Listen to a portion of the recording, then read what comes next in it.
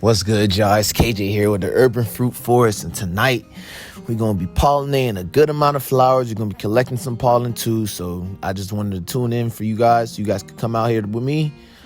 Ooh, those pretty. I believe these are physical graffiti. Let's go ahead and get them pollinated.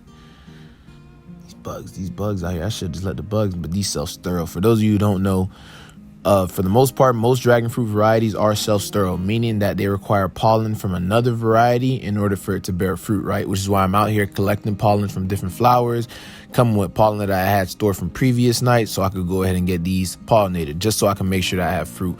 I have enough varieties out here where, for the most part, I probably wouldn't even have to come out here due to the bugs, bats, moths. We got all type of different pollinators out here, but you know me, I'm a little paranoid. I just like to make sure the job gets done. So let's start pollinating these flowers. Got a good amount of pollen that I collected. What I'm gonna do is take this pollen, right? And I'm gonna set it right there. From there, the pollen travels down and the fruit becomes pollinated. It gets fertile.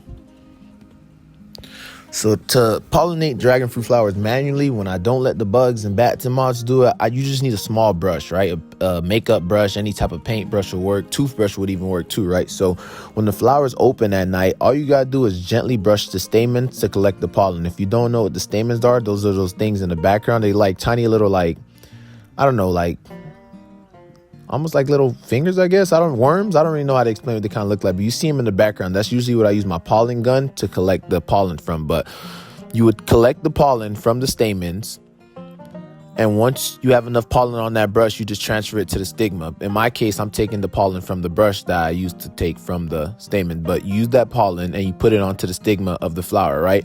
So you make sure you just cover it a decent amount, and I just repeat that process for each flower. So that's pretty much what I'm doing right now. I'm just repeating it for each flower. I believe this variety right here is physical graffiti, one of my favorite varieties, right? So if you don't have this in your garden, I highly suggest you start growing physical graffiti. That's for sure. Go ahead and get the pollen on there. Bug on my ankle or something.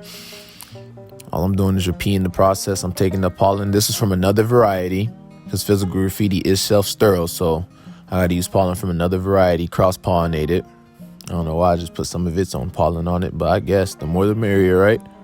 Yeah, I'm going a little overboard, but it's all right. I got enough pollen to share. Go ahead and close this up. Put that back. Oh, it's right here. Okay. I got pollen in the bag too. Let me go ahead and collect. See, where I'm pointing this gun at right there is where the pollen comes out from. Those are the stamens. So the pollen come from the stamens, and you take that pollen and you put it on the stigma. It travels down the stigma, and the flower gets pollinated. You know, usually the bees would do it, but the bees are asleep around this time of the night, so I usually have moths. On rare occasions, I get bats, but for the most part, it's moths that pollinate my flowers at night.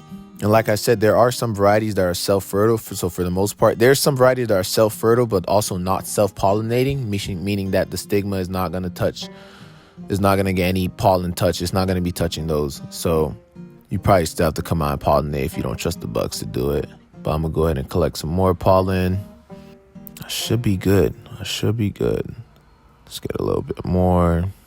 Just pollinate you some more. You see, I'm paranoid. I don't know why. That right there is the stigma. And where I was collecting the pollen from is the stamen. So there goes a little flower anatomy for you guys too. Yeah, so that pretty much just sums up the night with the pollinating. I'm going to just go ahead and get some pictures so I could post it on the gram, TikTok. You know I need the content, but that pretty much sums it up. Guys, you just collect pollen from the stamens from a different flower.